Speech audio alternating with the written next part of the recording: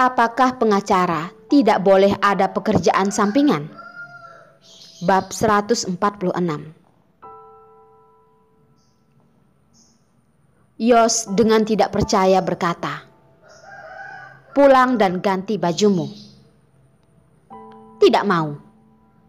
Darlin merasa dirinya dipermainkan dan tidak ingin mendengar perintah Yos. Yos bertanya dengan tenang, "Kamu yakin?"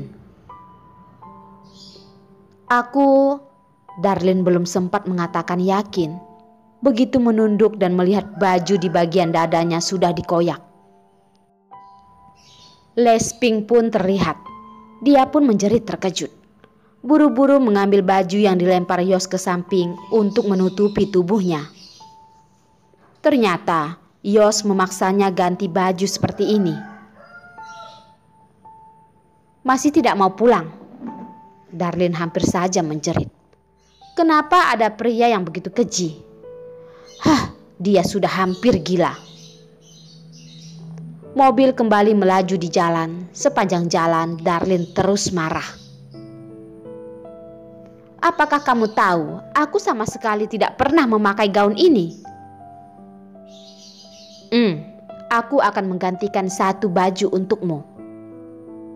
Yos dengan nada tenang menjawab, mengganti gaun yang lebih normal, agar dia tidak memakai gaun yang menggoda orang. Untung saja hari ini dia yang melihatnya. Kalau itu adalah pria lain. Asalkan memikirkan pemandangan itu, tatapan Yos langsung terlihat mengerikan. Dia awalnya sangat bangga dengan daya tahannya. Setiap kali menyentuh wanita di sisinya, dia selalu tidak terkendali. Dia memang adalah penakluknya. Darlin mendesah, "Sudahlah, lagian baju ini juga kamu yang belikan." Yos dengan tatapan gelap menatapnya sejenak. Wajah kecil yang dengan jelas terlihat tidak rela. Yos dengan nada tegas berkata, "Aku sudah memutuskan." Jadi dia tidak ada hak untuk berbicara. Darlin ingin membantah, tapi memikirkan keadaan setengah jam yang lalu, dia pun menghilangkan pemikiran itu. Lagian, uangnya banyak. Kenapa dia harus membantunya menghemat? Dia juga sedikit penasaran. Walaupun Yos membuka sebuah kantor pengacara yang besar, tapi apakah menjadi pengacara bisa begitu kaya? 500 juta, dia bahkan langsung menyetujuinya begitu saja. Jangan-jangan dia menerima banyak sogokan, kan? Benar-benar tidak terduga. Rubah yang terlihat baik juga bisa melakukan hal ini.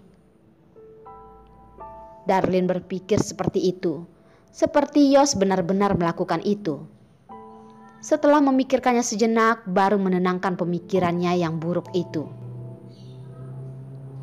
Yos seperti bisa membaca pemikirannya. Dengan nada santai berkata, "Tenang, uangku aku dapatkan dengan cara yang benar." Siapa yang mengatakan menjadi pengacara tidak akan mendapatkan banyak uang? Case yang pernah Darlin atasi adalah case biasa. Tentu saja biayanya sangat rendah. Tapi yang menyangkut dengan masalah perekonomian perusahaan internasional, biayanya juga berbeda lagi. Dan siapa yang memberikan peraturan kalau pengacara tidak boleh memiliki pekerjaan sampingan? "Yos, apakah kamu memasang alat perekam di tubuhku?" Kenapa tidak peduli apa yang dia pikirkan, Yos akan mengetahuinya. Itu benar-benar menakutkan. Yos dengan suaranya yang dingin dan merendahkan dia berkata, "Dengan IQ-mu, menggunakan alat pendengar terlalu menghambur-hamburkan. Orang yang selalu menunjukkan semua perasaan di wajahnya itu sama sekali tidak perlu ditebak. Dari awal sudah terlihat jelas." "Yos, sejak kapan ucapanmu begitu berbisa?" Darlin juga tidak melemah dan membalas. Ucapan Yos yang dingin pun membuat Darlin terdiam. Apakah kamu baru hari ini pertama mengenalku? Setiap kali selalu dia yang kalah. Darlin tahu kalau meneruskannya lagi, yang menderita adalah dirinya. Dia pun memalingkan kepala dan memberikan pembantahan tanpa suara. Yos melihat Darlin yang seperti seekor kodok yang marah pun tersenyum. Dengan cepat menyembunyikannya. Kali ini Darlin tidak berani mencari masalah lagi. Memilih gaun yang formal dan menggantinya. Lalu buru-buru turun ke bawah dan naik ke mobil. Dengan kecepatan ini, saat mereka tiba di acara jamuan, sudah termasuk malam. Tapi pria di sisinya sepertinya tidak peduli. Memeluk pinggangnya dan dengan santai masuk ke dalam. Sepanjang jalan, ada banyak orang yang menyapanya. Hampir semua Yos yang hanya menganggukkan kepala dan tidak berhenti. Menghadiri acara jamuan seperti ini, biasanya yang datang adalah orang yang memiliki posisi tinggi dan terkenal. Ada banyak tampan yang tidak asing. Darlin hanya pernah melihat mereka di televisi dan koran. Orang aslinya baru pertama kali ini. Di saat dia melihat ke kiri dan ke kanan, Yos membawanya ke bagian tengah dan juga adalah tempat paling banyak orangnya. Acara ini sudah berlangsung setengah. Pengacara Yos baru ingin muncul. Benar-benar tidak mudah ya. Sebuah suara yang terdengar mengejek berkata. Darlin dengan jelas merasakan tangan besar yang ada di pinggangnya memegang dengan semakin erat. Bahkan ada orang yang mempermainkan Yos di acara yang begitu penting ini. Dia pun merasa penasaran dan melihat ke arah pria yang berbicara itu. Seorang pria setinggi 180 cm menghampiri mereka. Beberapa orang di samping langsung memberikan jalan. Sangat jelas kalau posisi pria ini tidaklah sederhana. Yang paling membuat orang mengingat jelas adalah di bagian ekor alisnya ada sebuah bekas luka. Saat dia tertawa, bekas luka itu seperti seekor kecoak yang bergerak di wajahnya. Melihatnya saja membuat orang merinding. Sepertinya ada maksud jahat.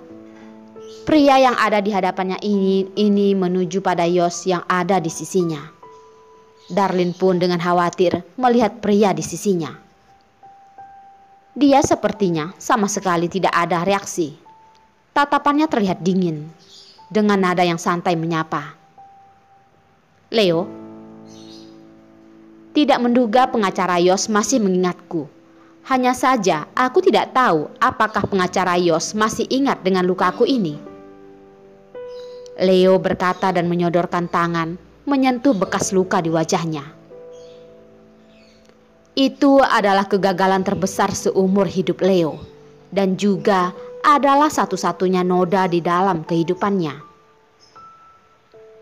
2 tahun lalu dia bahkan dikalahkan oleh seorang pengacara kecil yang sama sekali tidak terkenal. Dalam sekejap mata, 2 tahun pun berlalu. Luka di wajahnya ini setiap saat mengingatkannya pada hal memalukan itu. Dan Yos dari seorang pengacara kecil menjadi pengacara yang sangat terkenal di kota Leidong. Tatapannya perlahan berpindah ke arah Darlin. Darlin dengan refleks memegang lengan Yos yang berotot itu. Sejak kapan Yos bermasalah dengan pria yang terlihat begitu mengerikan ini? Dan bekas luka di wajahnya, apakah itu karena Yos? Memikirkan itu, punggungnya terus mengeluarkan keringat dingin. Tubuh Yos yang tinggi perlahan memiring, menghalangi tatapan Leo, menjawab, "Ingat." Daya ingat pengacara Yos aku sangat percaya. Aku rasa kita akan memiliki kesempatan untuk berbincang. Leo ingin menyodorkan tangan menepuk bahu Yos, namun langsung dihindari olehnya. Leo juga tidak marah, hanya tersenyum dengan penuh makna. Tatapan mengerikan ditambah dengan senyuman itu membuat orang merasa dingin, seperti sudah ditatap anjing hina dan tidak bisa melarikan diri lagi. Seorang pria kurus yang tersenyum pun menaruh tangannya di bahu Yos, tersenyum pada Leo dan berkata, "Bukankah ini adalah Leo? Sejak kapan kamu dibebaskan? Kenapa sama sekali tidak mengabariku, agar aku bisa pergi menemuimu?" "Rapa?" Leo pun memelototinya. Walaupun semua orang tahu dia pernah dipenjara, juga tidak ada orang yang berani mengungkit hal ini di hadapannya. Rapa bahkan mengatakannya di depan umum dan membuatnya malu.